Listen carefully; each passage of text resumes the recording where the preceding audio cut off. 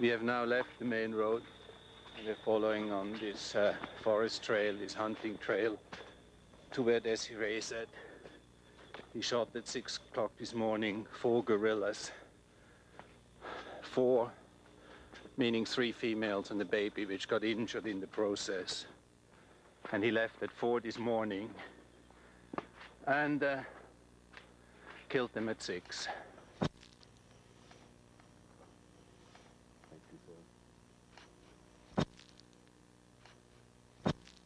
Okay. We're now where they have started cutting, and soon we should be at the road, which hopefully will take us to Lomé this afternoon and the films to safety.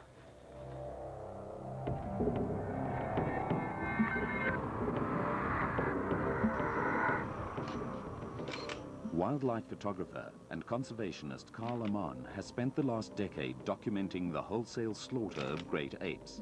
His outspokenness has earned him the wrath of many African governments. We got held up at one road junction where the police wanted to interrogate us. Carl will stop at nothing to highlight the issue and to expose the culprits. But despite the impact of these horrific pictures, little is being done to stop the carnage. People feel, why just chimps and gorillas? I mean, there's a lot of more endangered species out here. I agree. I mean, the giant pangolin is probably more endangered. They take it, they eat it. Why aren't you making a fuss about the giant pangolin? But the fact is, if you can't make an issue out of our closest animal relatives being eaten and wiped out, how can we hope to motivate anybody to do something about the giant pangolin? Amann's base is his home in Nyanyuki, Kenya. From here, he single-handedly exposes the world to the real situation. He believes not enough is being done to halt the commercial bushmeat trade, and time is running out. I really first got interested in this bushmeat issue in 1988. My wife and I were traveling on one of these legendary Zaire riverboats between Kinshasa and Kisangani. And on this 7-day trip, we saw hundreds, if not thousands, of primate carcasses and all kinds of other species coming on board in form of fresh or smoked meat. And it really surprised me, the quantities involved, and I really started wondering how big this market is, the trade is, and how sustainable it might be. Bushmeat, as it is known, is a thriving business in Central West Africa. Anything from crocodiles and monkeys to chimpanzees and antelope are readily on sale. Traders make little attempt to conceal their goods, as government officials turn a blind eye to the rampant commercialization of the bushmeat trade.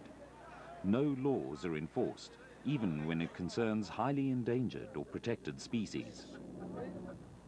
Traders buy the bushmeat from hunters and transport it to urban centers where it fetches increasingly high prices.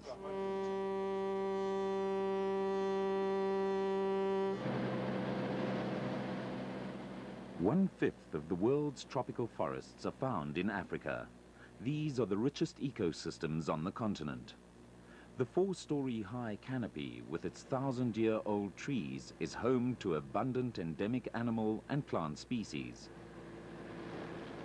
One major threat is bringing many of these to the verge of extinction, and that is logging. Africa is the world's 3rd biggest producer of tropical timber, with the European Union providing the biggest market.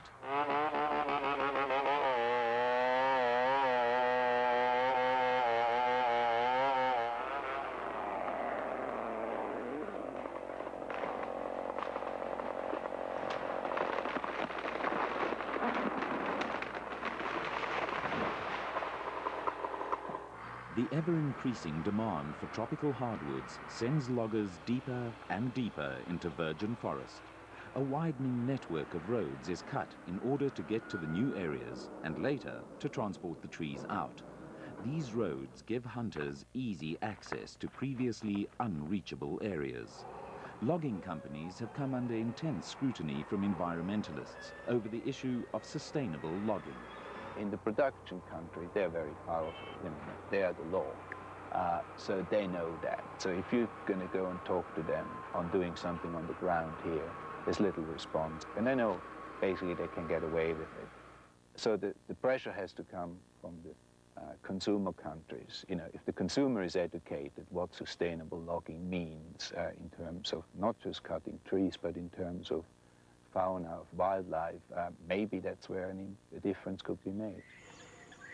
One species particularly threatened by logging and the bushmeat trade is the bonobo, or pygmy chimpanzee.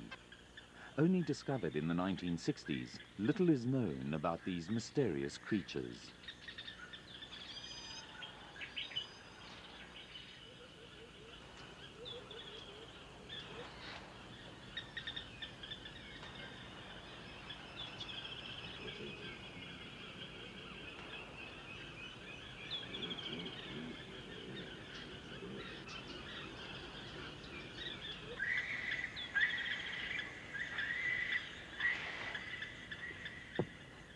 Their highly developed social structure and behavior and marked difference to the more common white-faced chimp make them unique. They have no alpha male, and so there is seldom any aggression in bonobo communities. They are only found in a small corner of the Democratic Republic of Congo and nowhere else. Free of sexual competitiveness, aggression, or rivalry between clans, this may be one of the most harmonious societies on Earth.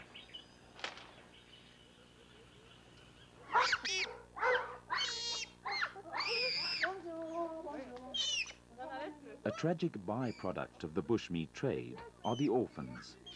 Claudine Andre, who was born and grew up in the Congo, has created a refuge for baby bonobos. Are you Buende? Hmm? Yes. Buende.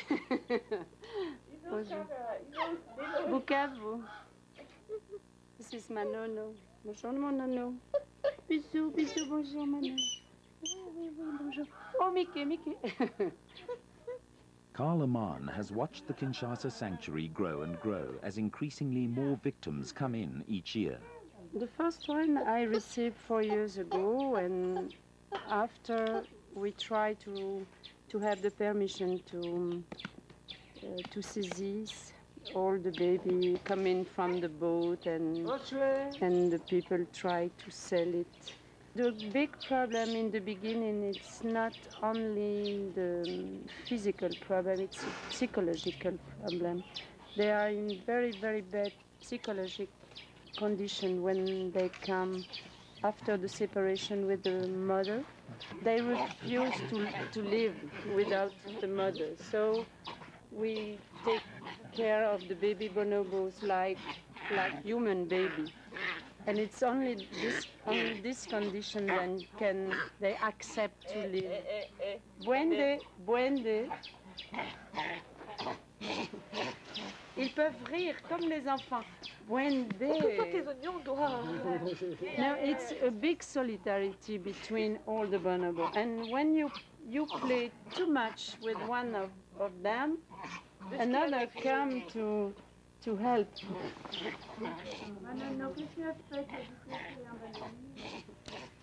Oh, it's terrible.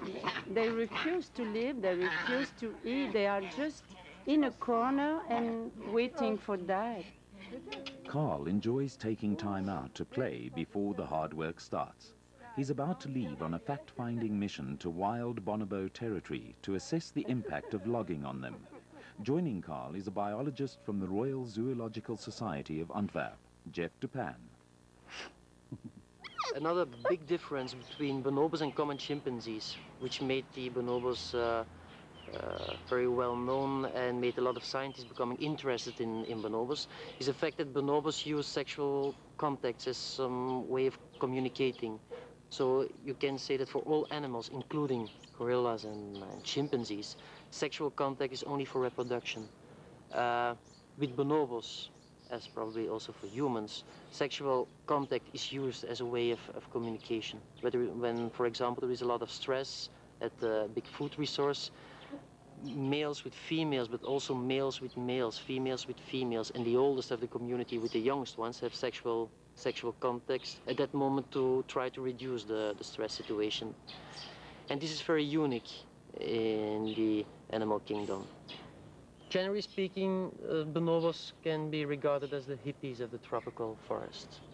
Chimpanzees are much more aggressive, and they have wars going on between communities. Bonobos don't have it. The third member of Carl's expedition will be Pierre Verhege, a vet practicing in Kinshasa who has close links to Claudine's sanctuary. It's no mean feat to get into bonobo territory. The trip starts with a wild 3-hour flight in a rickety Russian cargo plane. Their destination is a small town on the edge of the Congo River Basin, called Basankusu.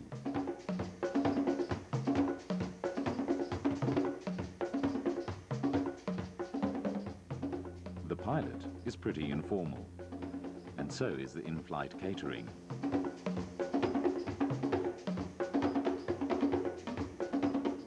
Nerves are setting in. The Democratic Republic of the Congo is one of the most unstable countries in the world, and they know it's not going to be a tea party. In Basankusu, the standard Congolese welcoming party is there to greet them. The authorities in this part of the world are notoriously difficult, as are the logistics in a country that is constantly at war. Today, the powers that be prove easy to please.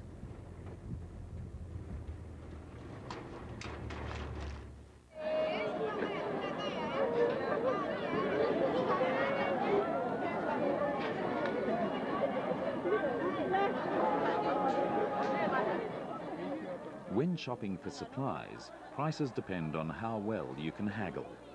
The same holds true when hiring the ubiquitous banana boat. The size of the pirogue, that's the boat, is important. They must carry 2 weeks' supplies and fuel and decide on the jumbo model. I mean, he said he has managed his boat with 8 barrels plus people. So Jeff says, yeah, but the people must have been in the barrels. From here on, there are no roads, and the only way to travel is local style via the vast labyrinth of tributaries feeding the mighty Congo River. Their final objective is the Yekokoro, a tributary of the Congo which will take them into the heart of bonobo habitat. Bonobo chimps are only found in this limited territory on the south side of the Congo River. Jeff is their guide. Having spent 3 years studying bonobo behavior in the area, he knows it well. The branch of our ancestor and the ancestor of the chimpanzees in general was about 5 million years ago. And then 2 million years ago you had the Congo River, which became a natural barrier between the population north of the river and the population south of the river. Population south of the Congo River became the bonobo. But the bonobo always lived in a very stable environment. I mean, the tropical rainforest, which should have food throughout the year, in opposite to the savanna where the chimpanzees more or less went to.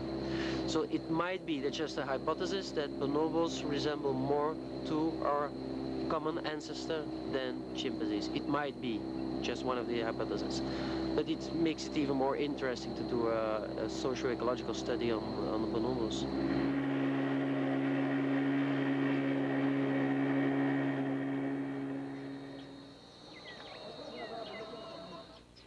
The first night of the journey to the Yekokoro is spent in a Lebanese logging concession.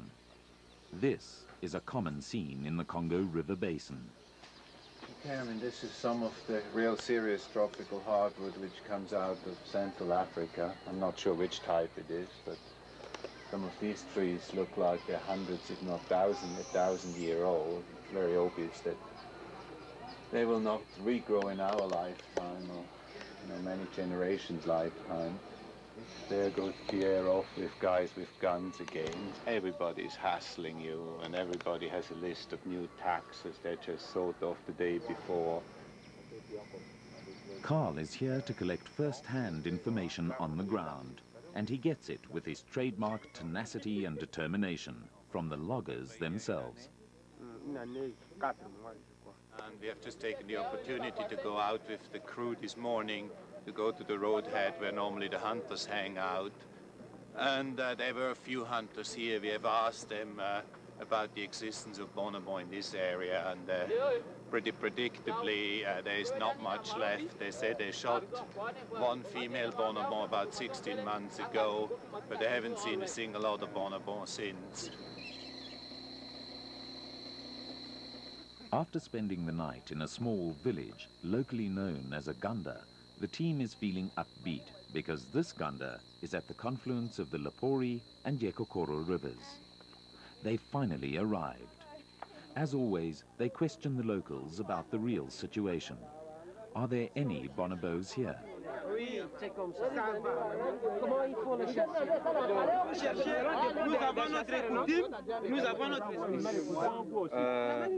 Jeff is asking which kind of chimps they find here, and they are showing the bonobos, definitely, and no other species.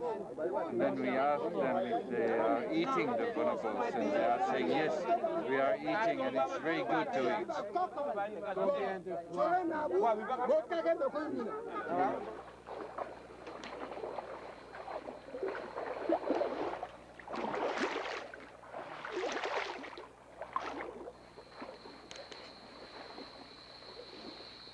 The next gunda is more tricky to reach, but proves rewarding when the chief produces the regional government's official price list for bushmeat. Ah, that's interesting. Okay. It's the République Provence territoire. It's the territorial office. I suppose it's the local administration for each region. The local administration which issued this price. He's now going through his list. This is the offer du jour. That's a good one. The menu of the day. A bigger monkey like a chimpanzee is about $4 or 500,000. The smaller macaque is 200,000. The team is invited for a meal with typical Congolese hospitality. This is fufu, what they make from cassava, and it's well prepared. They just prepared it for us, and it's now 10 o'clock in the morning. You're eating fufu and fresh fish. I don't know this one, but this one is some named golo, some kind of catfish. But the other one? Like a tilapia. Tilapia? Cool. Yeah, apparently there's no substance to it, and it doesn't taste like very much either. But it doesn't taste like fruit. But we haven't got much of a choice. I'm talking about the fufu. The fish is good and tasty, but this stuff tastes like bloody nothing. Pressing deeper down the Yekokoro, they collect information wherever there's human habitation. They're nearing a logging concession owned by Sifazal, a sister company of the German multinational Danza. It's the biggest logging concession in the DRC. Danza has been stonewalling Carl for years, and so he's sneaking in the back door. We are here in the middle of the Congo River Basin. Now, Sifazal holds a concession here which is over 1 million hectares. This is the one concession which includes a huge part of the bonobo range. We had asked Danza to invite us to come and assess what's happening in this concession, to assess what's happening in terms of sustainable logging, but also in terms of the bushmeat trade. They turned us down on several occasions, so this is the main reason why we are here today, mainly to look over their shoulder and to find out what's going on and why they rejected to invite us on an official visit. Tomorrow we'll go to the market, which is our main objective, just across the river, and see what's really going on, to what extent the logging company is involved in the trade of meat and in the supply of cartridges. Yeah, with these geographical positions, it's called, I can point out the different gandas between the two rivers, the Yekokora River and the Lomako River, which should be plenty of bonobos. So with this data we can find out where people are living, and by questioning people, like we are doing this week, we can find out where are the biggest hunting pressures, and then we can also try to find out the reasons for different hunting pressures in different regions. where people sell the meat, where they can do the truck for bullets or other things.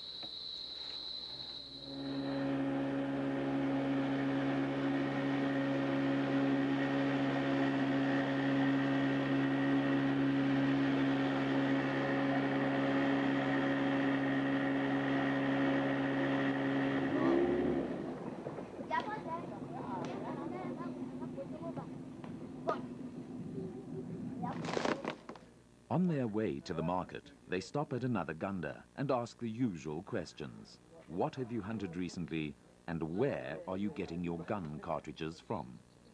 We We have a porcupine, which is the most desirable meat. That's 100,000, almost $1. Then here we have a small bonobon. That's the hand here. And this is obviously a big bonobon piece. And he's going to bring out more.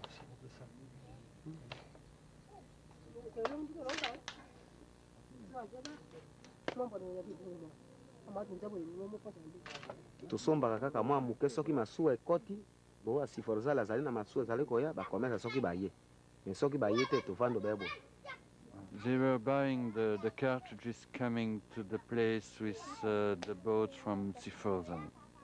The price of the cartridges is very high at the moment because there are no cartridges on the market. No one is bringing them to the market. And the very reason, therefore, is that with the war in Congo-Brazzaville, the factory stopped to work, so there is a shortage of cartridges on the market.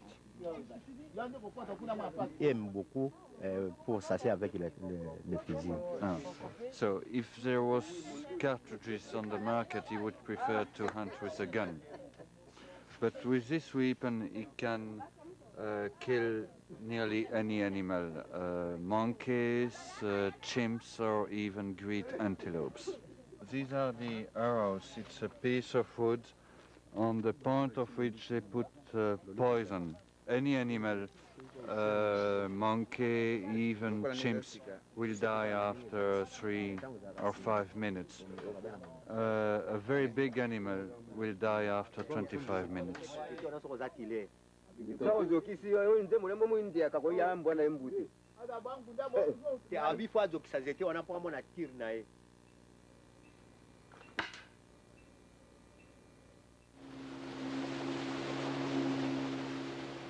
It's Jeff's first time back since he had to leave his research area because of the war. And already he has seen the bonobo crisis is worse than ever. Oh, you have some nyama, huh? Ask him what kind this is, an antelope. Fully loaded pirogues tell the team that they've arrived at the entrance to the market. Some of these traders have paddled for 2 days to get here, and it's a big occasion. So now at this moment we are going up to the marketplace along the Ekakora. The marketplace I was 3 years ago. We are joining Papa and Yang, I know from that time. And at this marketplace every second week on Saturday always, people from the forest will meet workers of Siforzal to do some trade. They come here with fishes or meat, and they hope to find their medicines, clothes and other things. The market is pretty inaccessible, but when Carl sets his mind on something, nothing will stop him. Small fish, looking like a barracuda. Look at his teeth. Must be a tribal meat eater.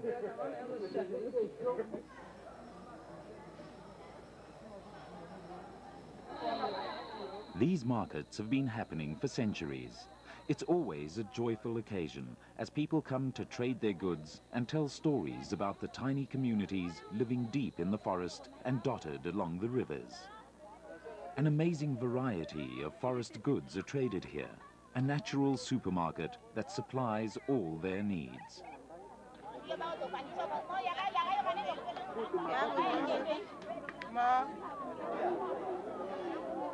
But traditional village life has been radically changed. Simple bartering has given way to a money economy. It's medicine against amoeba. Cifazol employees provide goods that were never available before, like wire to make snares and gun cartridges. They also buy up the bushmeat, which will later be sold at vastly inflated prices in the urban centres.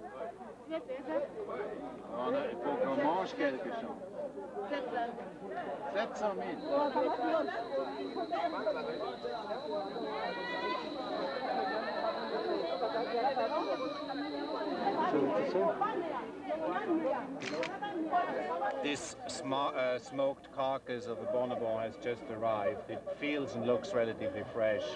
The heads and the hands were probably left in the forest. But if we can find the hunter, we probably can establish where it was hunted and by whom and get the rest of the story. But this is definitely a bonobo carcass, which is for sale. How much is the price? About 200 Belgian francs. The price of this carcass is $8.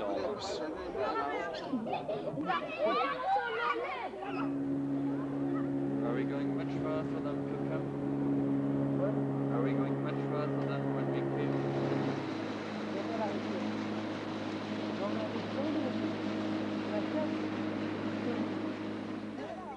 Some people argue that bushmeat has always been a traditional food source and that it's arrogant and culturally insensitive to stop locals hunting. But in the past, the villagers only took what they needed and were wise enough never to overexploit the forest. However, the logging companies have brought in hundreds of employees whose massive demand for meat has placed an unsustainable pressure on the forest, its animals, and its people.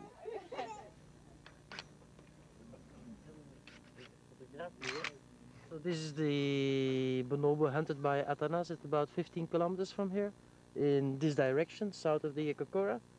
He just left in the morning and came back the same evening with this, with the bonobo. Carl and his crew are heading back to Basankusu.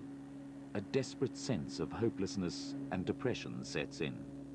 They've seen 7 slaughtered bonobos in 7 days.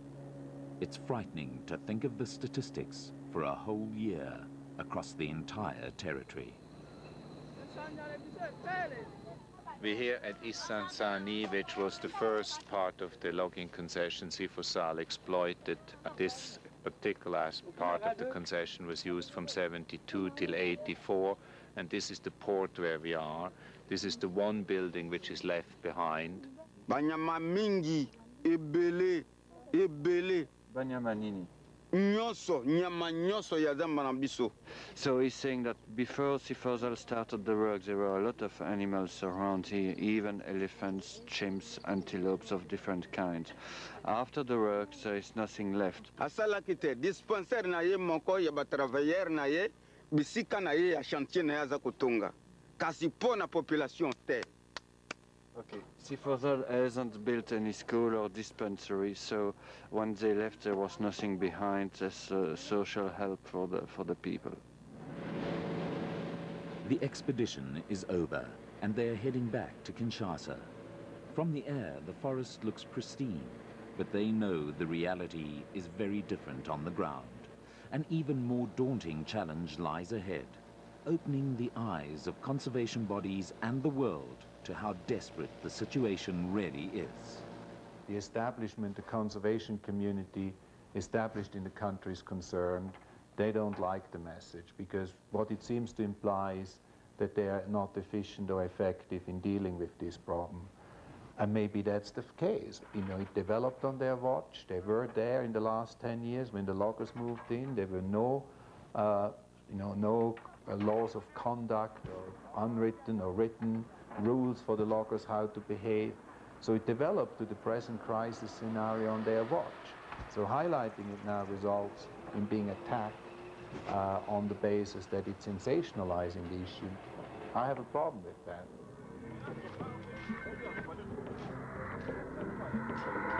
Meanwhile, the hunters continue to penetrate deeper and deeper into the forests of the Congo River Basin. Time is running out for the bonobo chimpanzee, and that is a great loss for humanity.